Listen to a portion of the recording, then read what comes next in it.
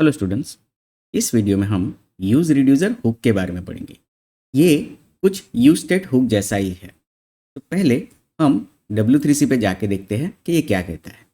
तो ये कहता है the use reducer hook is similar to the use state hook.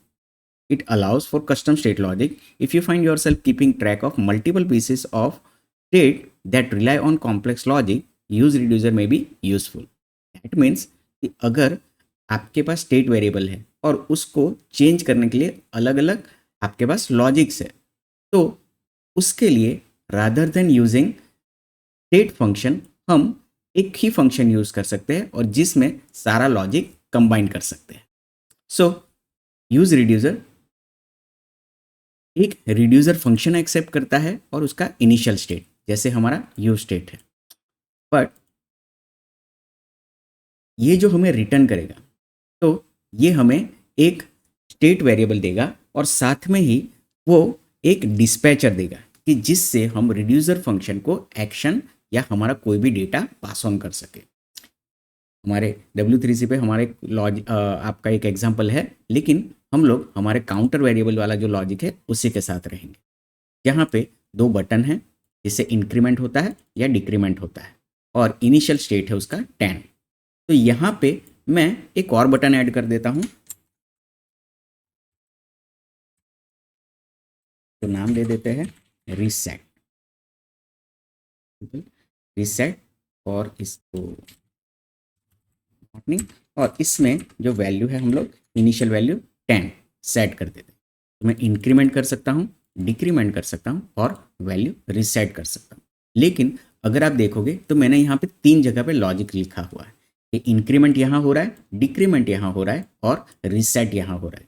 इन तीनों लॉजिक को एक ही फंक्शन में मुझे कंबाइन करना है, then I can use reducer. तो रिड्यूसर कैसे यूज करें, तो इसके लिए मैं पहले लिखता हूँ कॉन्स्ट, जो हमारा काउंटर वेरिएबल है वो, और यहाँ पे एक डिस्पैचर होगा, एक डिस्पैचर होगा। और वो डिस्पैच क्या करेगा, वो जो हमारा जो रिड्यूसर है उससे डिस्पैच करेगा। तो यहाँ पे एक फंक्शन बना लेता हूँ रिड्यूसर, आप कुछ भी नाम देख सकते हो, reducer is the standard function name, और उसकी एक इनिशियल वैल्यू। तो इनिशियल वैल्यू के लिए भी मैं वेरिएबल ले लेता हूँ इनिशियल वैल्यू। अब इन दोनों को मैं डिफाइन कर देता हूँ, जैसे कि इनिशियल वैल्यू है const initial value is equal to 10, and हमारा reducer function const reducer is equal to एक एरो फंक्शन बना देते हैं। और ये reducer function will accept 2 parameters, एक हमारा स्टेट जो कि हमारा काउंटर वेरिएबल है, और दूसरा एक्शन कि हम उस पर क्या एक्शन परफॉर्म कर रहे हैं, हम इंक्रीमेंट कर रहे हैं, डिक्रीमेंट कर रहे हैं या रीसेट कर रहे हैं। तो यहाँ पे आपको कॉन्सोल लॉग करके देखें हम, कॉन्सोल लॉग स्टेट और एक्शन। तो यह हमें एरर इसलिए दे रहा है कि हमने काउंटर वेरिएबल स्टेट वेरिएबल तो यूज़ किया है, लेकिन हमारा स्टेट वेरिएबल स्टेट फंक्शन नहीं है। तो मुझे यहाँ पे स्टेट फंक्शन लिखने की जगह मैं लिखूंगा डिस्पैच। तो दैट वो क्या डिस्पैच करेगा, वो एक एक्शन डिस्पैच करेगा। तो यहाँ पे मैं ऐसे भी लिख सकता हूँ इंक्रीमेंट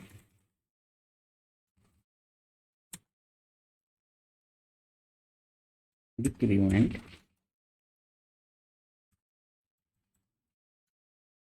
और यहाँ पे रीसेट।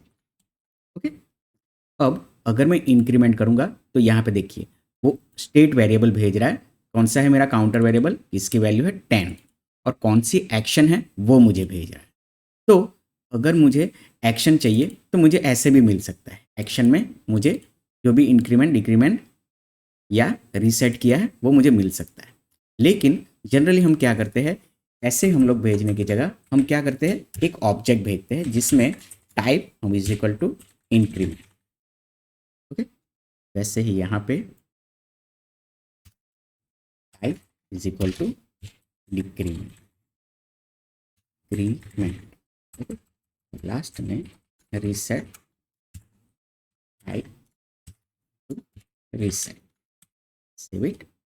अब अगर डिक्रीमेंट करता हूँ तो यहाँ पे okay I get the value, okay I didn't get anything from the reducer function, that's why increment तो देखो यहाँ पे मुझे वैल्यू मिली है 10 और उसके बाद टाइप में मिला है मुझे डिक्रीमेंट। ओके, सो अब हमें पता है एक्शन में हमारा क्या क्या आ रहा है। तो मैं यहाँ पे एक स्विच केस लिख देता हूँ, switch case where action dot type क्या है। तो एक्शन डॉट टाइप अगर इंक्रीमेंट है, इन दैट केस मुझे क्या रिटर्न करना है, रिटर्न जो भी हमारा स्टेट वेरिएबल है। अब यहाँ पे वो काउंटर था, बट वो काउंटर हमें कैसा कहाँ पे मिल रहा है, स्टेट में। तो state plus state plus 1।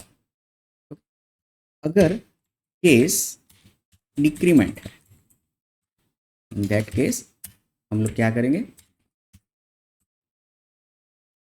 Return state -1 देता हूँ यहाँ पे। और अगर केस रीसेट है, केस इज अ रीसेट, हम लोग रिटर्न क्या करेंगे, इनिशियल वैल्यू। ओके, और यहाँ पे भी हम रिटर्न लिख देते हैं सिर्फ जो भी स्टेट है। अगर इनके सिवाय कुछ भी और केस आता है, जो कि होगा नहीं, हमारे पास 3 ही केस है, तो यहाँ पे इंक्रीमेंट आए तो स्टेट 1, डिक्रीमेंट आए तो स्टेट -1 और रीसेट में इनिशियल वैल्यू। तो लेट्स सी अब हमारा फंक्शन क्या रिटर्न कर रहा है, increment, I am sorry missing, okay refresh कर देते हैं, increment, okay decrement and reset, increment decrement and reset. तो हियर यहाँ पे हमने क्या किया है, हमने डिस्पैच किया है हमारी एक्शन को। ये एक्शन क्या होगी, हमारी एक्शन का टाइप होगा हमारा इंक्रीमेंट, डिक्रीमेंट या रीसेट। तो इस तरीके से मैं अपने सारा लॉजिक एक ही फंक्शन, ये रिड्यूसर है, उसी के अंदर इम्प्लीमेंट कर सकता हूँ। अब यहाँ पे तो 3 ही हैं, लेकिन अगर क्या हो कि मुझे अगर साथ में कोई डेटा भी पास ऑन करना है, तो फॉर एग्जांपल मुझे यहाँ पे डेटा कोई पास ऑन करना है, जैसे कि मैं रीसेट करना चाहता हूँ, लेकिन यहाँ पे रीसेट फंक्शन क्या कर रहा है, वो इनिशियल वैल्यू पे मैं चाहता हूँ कि मैंने जो वैल्यू प्रोवाइड की है उसके बेस पे वो रीसेट करे। तो मैं यहाँ पे रीसेट के साथ एक पेलोड भी भेज रहा हूँ। पेलोड मतलब कोई डेटा, कि मैं पेलोड भेज रहा हूँ 10। सो यहाँ पे मुझे एक्शन के अंदर पेलोड भी मिलेगा, एक्शन के अंदर पेलोड भी मिलेगा। Let's see, save it, refresh कर देते हैं, इंक्रीमेंट डिक्रीमेंट, और यहाँ पे हमने पेलोड कितना भेजा है, 10। Okay, so it is making 10, हम लोग इसको 1 कर देते हैं, सेव इट, इंक्रीमेंट डिक्रीमेंट, और लास्ट में जब रीसेट करेंगे, रीसेट, तो देखिए यहाँ पे रीसेट पे उसने 1 कर दिया। तो अगर आप देखोगे यहाँ पे जब मैंने रीसेट किया तो उसने टाइप भेजा और साथ में पेलोड भी भेजा। पेलोड मतलब कि अगर मैं कुछ एक्स्ट्रा डेटा उसके साथ सेंड करना चाहता हूँ तो मैं कर सकता हूँ। मैंने यहाँ पे पेलोड नाम लिया, आप कुछ भी नाम ले सकते हो, यह पूरा एक ऑब्जेक्ट ही वो पास ऑन करेगा।